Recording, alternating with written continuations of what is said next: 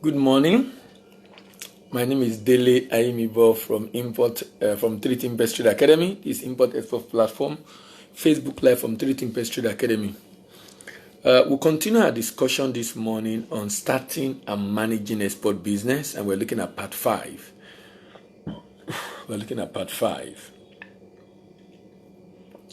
Yesterday we talked about marketing. We talked about having a good plan for marketing and sales. We talk about giving room for unforeseen circumstances and being conservative in your estimation. And this morning we'll be talking about 2 things. The first one is improvement of your products and services should be continuous. Okay, Sonia Shegun, thank you very much for joining. Good morning. Titi Ella to you, thank you very much for joining. Good morning. Continuous improvement on your product and service should not stop. So, because we are in a fast-paced world, and in our world today, things are moving very fast. Things are moving at a jet speed. Things are moving at an amazing speed. It's so interesting that our world has changed beyond recognition. Someone said, if you're in prison in the last 30 years or 20 years and released after 20 years, and then you see what is happening in our world today, you can't recognize the world again. That you probably will not be able to cope because of what has changed, because of the amazing change that happened to our world. The degree of change in our world is per seconds. Everything is changing every day. Practically every sector of the economy is experiencing one transformation or the other, thanks to technology and advancement in science. Now, that should translate to your product. If you are trading locally, maybe you might not worry so much about continuous improvement, even though that's also necessary for you to survive or for you to outpace your competitors. But you know what? For international trade, it's extremely important, is very, very crucial for you to always keep up with the pace of changes in your world. Why? If you don't do it, you are going to find yourself in a situation where it's just a matter of time, you will no longer be relevant. It's just a matter you no longer be relevant. You no longer be relevant because your world is changing and you are going to be bringing forth outdated product that people will not be able to use or cope with because they have a better option. Because your competitors keep improving. We're in an environment where we don't take knowledge very seriously. Knowledge is despised in our world. That's why Africa is backward. Knowledge is despised in our world. That's why Africa is backward. Now, that despised against knowledge also hinder our advancement. But when you are now competing with people who do not joke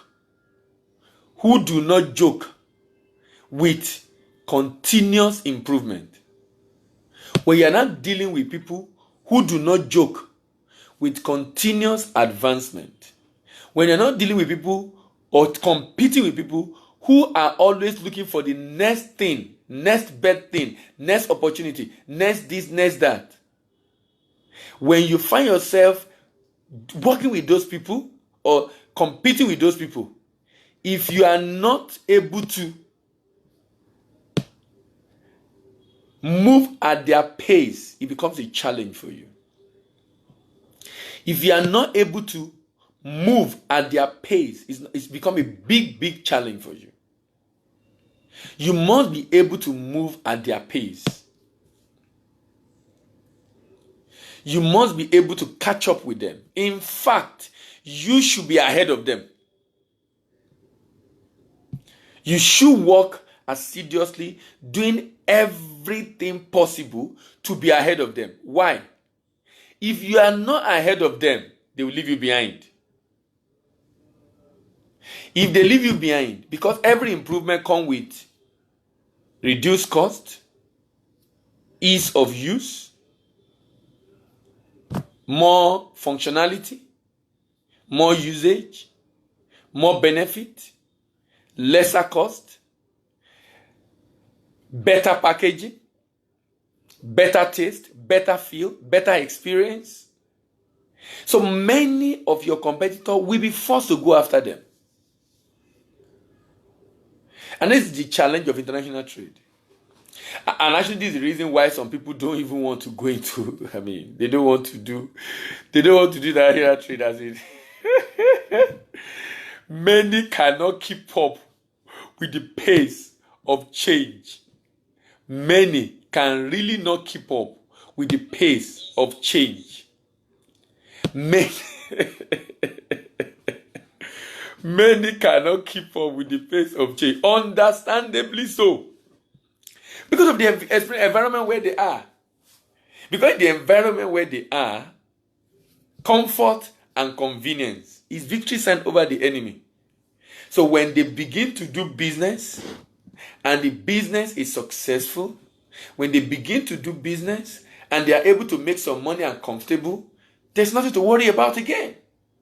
Why should you worry? Because, one of the major challenge for us as people, generally in our world as human beings, is your definition. Your definition. Your definition of work, your definition of life, your definition of money, your definition of business, your definition of family. If you know how those definitions control your life, if you know how they control your life, if you know how they influence your life, if you know how they affect your decision, sincerely, you begin to redefine every word you use, everything you relate and interact with. I use an example whenever I go for training, and I ask them, look, I'm talking to you and I'm standing, and there's a table in front of me, or there's a podium in front of me, or there's a pulpit in front of me. And I tell them, if I stand on this table and I'm talking to you, what will you think? And I tell them, don't think you are yabbing me. You're not abusing me. Just step away from me and say, guys, something's wrong with you upstairs. I say, yes, exactly. You know why you think something's wrong with you upstairs? Because the way you define the table. In your mind, you have defined the table that you should play something or not something to stand upon. Maybe a better definition.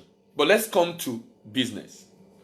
Some people have defined business as something you do solely for the purpose of earning a living.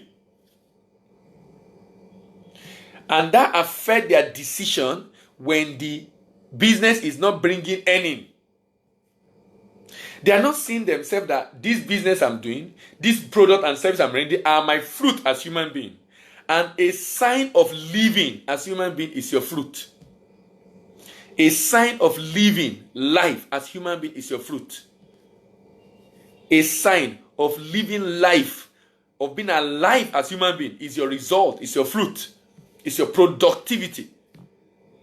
So when you are not productive, when you don't have a product or service, there's nothing you are giving as value, not just to earn money, but to bless your world. You know what?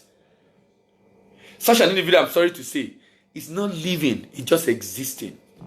Because when you see a plant that does not have fruits, no flower, no leaf, and it's a plant, the plant is dead.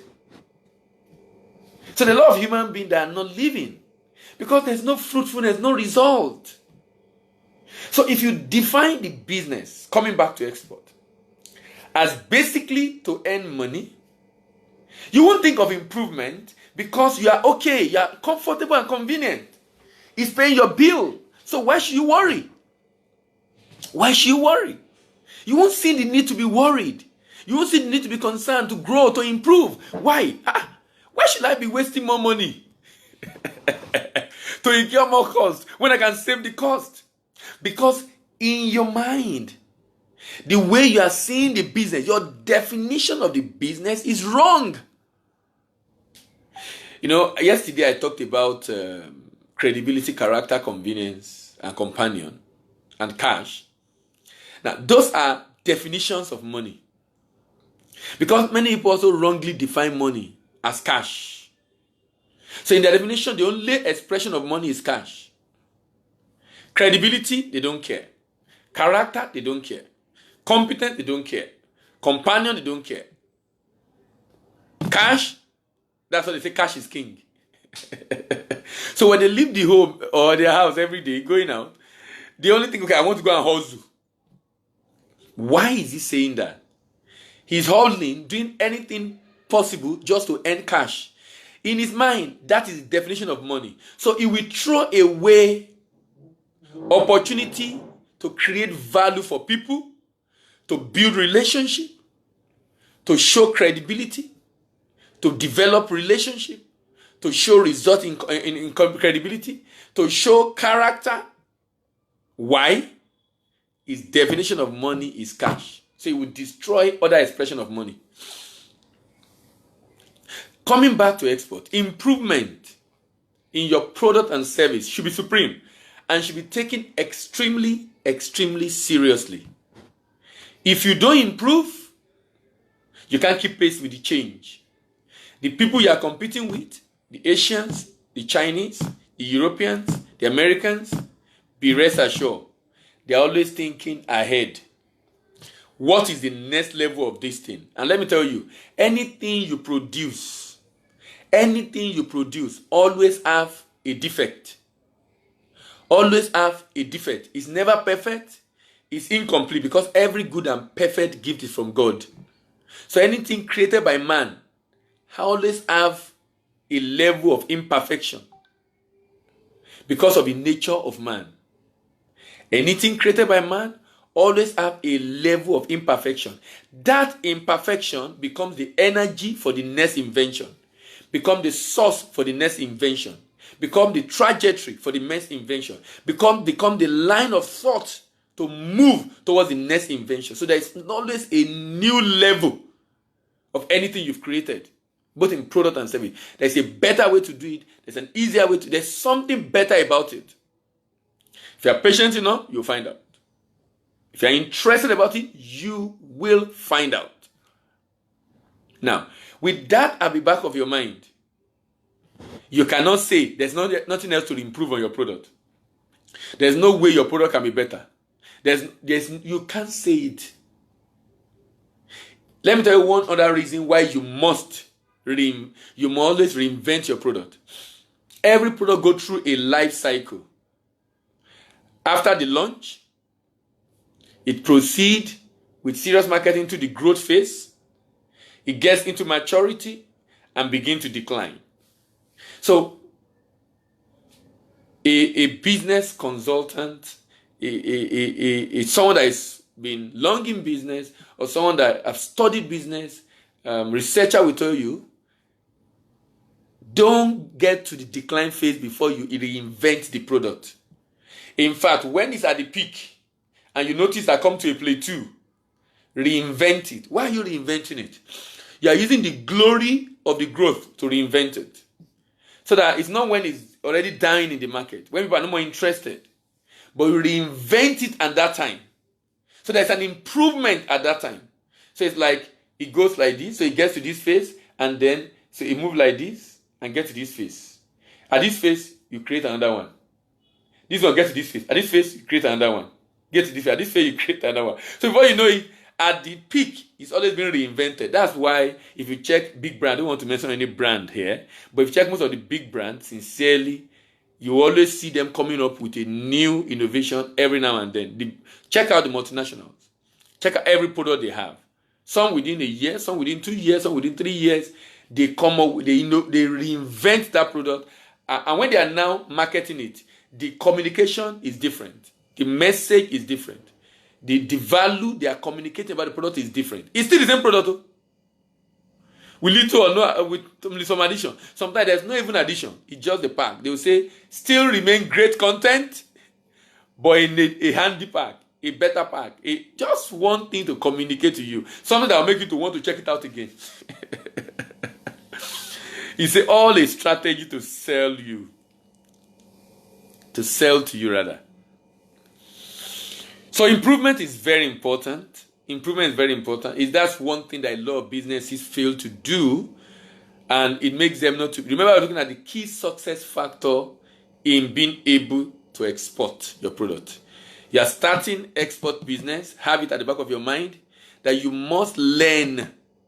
You must learn and know so well and so much. Know so well and know so much. Know so well and know so much about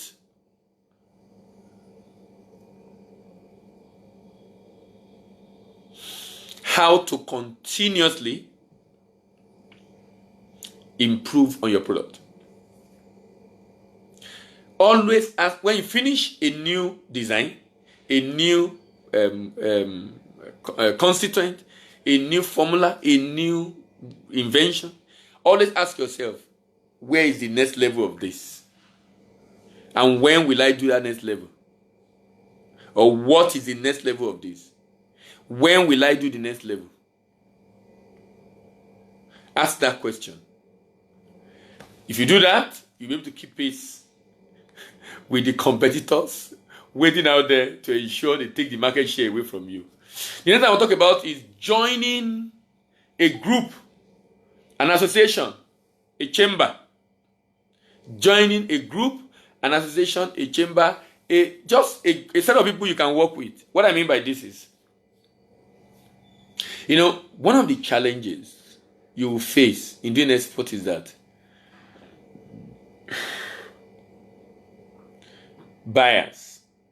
getting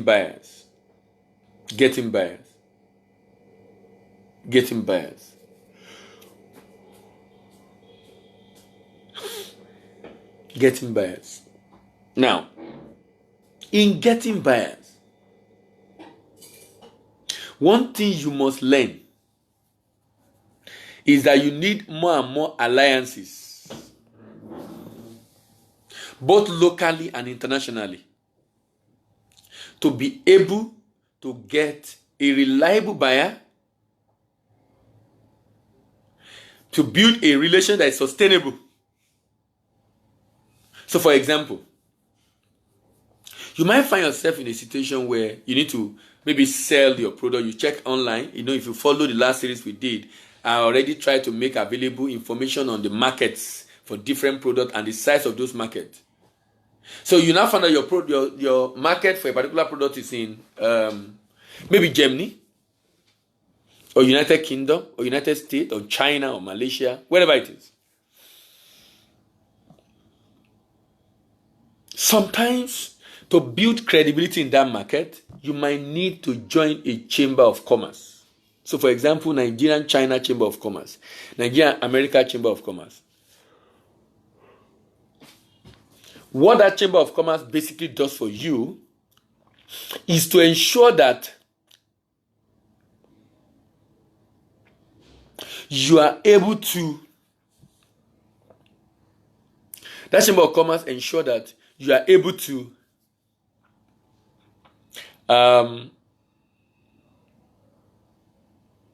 get across to the intending buyers in the country you are targeting.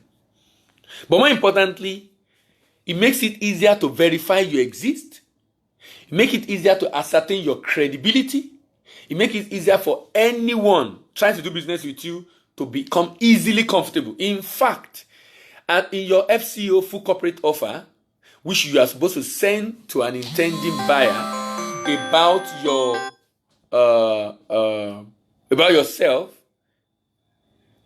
and the product you want to sell, putting what I've just said inside might be a deal breaker for you.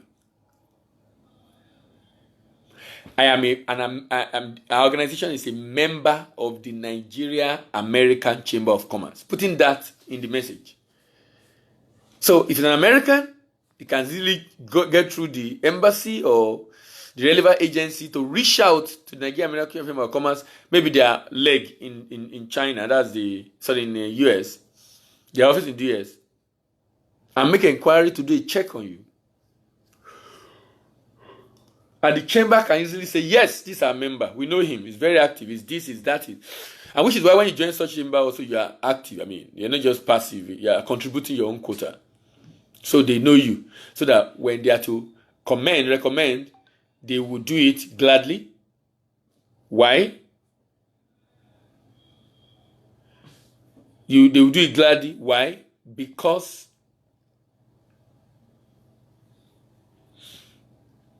being able to do it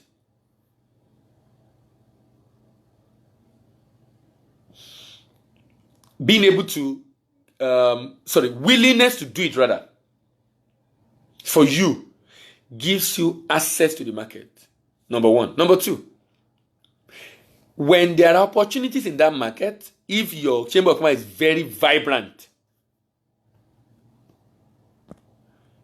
if there are opportunities in that market, sincerely, you might be the first to know in your country. Because your chamber or the OPS is very, very vibrant. And because it's very vibrant, it becomes a lot easier. It becomes a lot easier for them to be able to recommend you, number one, know about the market that is available, number two, get the business, number three. So you get to have the information first. If there's a new buyer, you get recommendation that you can do it. You give comfort just by joining a chamber. But like I said, let it be a vibrant and viable chamber. Some chambers are sleeping. Some chambers are very much sleeping. Some chambers, because those chambers also are not working with people or have a member or hire people who can help them achieve their objective, to be able to ensure that they meet the need of their members. Many are unable to meet the need of their members. Many are unable to meet the need of their members. Many are unable to meet the need of their members. Many are unable to meet the need of their members. And this is making a lot of them to lose members. Because the member is asking himself, why should I keep paying subscription that is sometimes can be very expensive, over 100K, even though some can be 50, if I'm not getting value? Why should I keep paying? The whole essence of payment is value, getting value. The whole essence of payment is getting value. The whole essence of payment is getting value. So define your objective and exactly what you want from the chamber. So it won't just be talk show, waste of time here and there. We don't even know what we want or what we are doing. We're just, how do I describe it now? So please join the chamber. Join the chamber. And this is very, very important. Join the chamber. I will be running off with this today. We've talked about two things today. Improving, continuous improvement, regular, continuous improvement, and joining the Chamber of Commerce. There are so many Chamber of Commerce out there. Nigerian and American Chamber of Commerce. In fact, you can join also Lagos Chamber of Commerce if you're in Nigeria. You know, Lagos Chamber of Commerce, the beauty is, even though it's not a bilateral Chamber of Commerce, it's a city chamber, but the beauty of Lagos Chamber of Commerce is that it helps you to be able to know what is going on. When there are trade missions, when there are trade shows, there are different people coming into Nigeria, you get to know about it. That's the beauty. That's the beauty. That's the beauty of the Lagos Chamber. The lot of people coming to do business in Lagos see them as a point of call. See them as a point of call. See them as a point of call to be able to reach out to business people in Nigeria. So that's the advantage of the Lagos Chamber. And Abuja Chamber also, if you're in Abuja. You know, and Kano Chamber, Kaduna Chamber, that's the essence of those ones. But Lagos and Abuja seem to have an advantage because they are in, Abuja is in political capital, Lagos is in the commercial capital. So they have an advantage over other chambers in the country. But the one I'm really interested in is the bilateral chamber. Bilateral chamber are the one that have leg on both sides. One leg here, one leg there. Leg on both sides. That's bilateral chamber. Nigerian Business, Ghana Business Council, Nigeria American Chamber of Commerce, Nigeria this Chamber of Commerce is A brilliant opportunity to be able to get information, to be able to reach out, and then they do trade mission also. Give you opportunity to be able to go and see the likely prospective buyer in your country. The likely prospective buyer in your country. The likely prospective buyers in your country. In the country. In the other country, rather. All right, thank you very much for listening again today. My name is Dele Ayimibo, and this is Import Export Platform, Facebook Live from Trish Media Academy. Remember, we come up every day, 8 a.m. and 6 p.m. I'll be here again in the evening to continue the conversation with you on starting and managing export business. And then we'll be looking at part 6. Bye for now and have a good day at work.